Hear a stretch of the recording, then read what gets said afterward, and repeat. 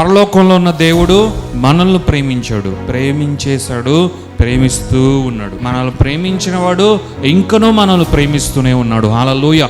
ఆయన ప్రేమ ఆగిపోనిది, ఆర్పజాలనిది. అగ్ని ఒక్కసారి మండుకుంటే తగలబడితే ఆర్పడం ఎంత కష్టమో ఆయన ప్రేమ కూడా అంతే. అది ఎంత ఆర్పాలనుకుంటున్నా అది మన వల్ల కాదు. అలాంటి ప్రేమను మనం కలిగి ఉన్నాం. మన తండ్రి అయిన దేవుడు అలాంటి గొప్ప ప్రేమను మన కొరకు కలిగి ఉన్నాడు. అనుభవించవలసిన వారము మనమే. దేవుని నామానికి మహిమ కలుగును గాక. మరి ఇది అనుభవిస్తున్న మనము, దీనిని ఆస్వాదిస్తున్న మనము, దీనికి సాక్షులమై ఉండవలసిన అవసరం ఉందా లేదా?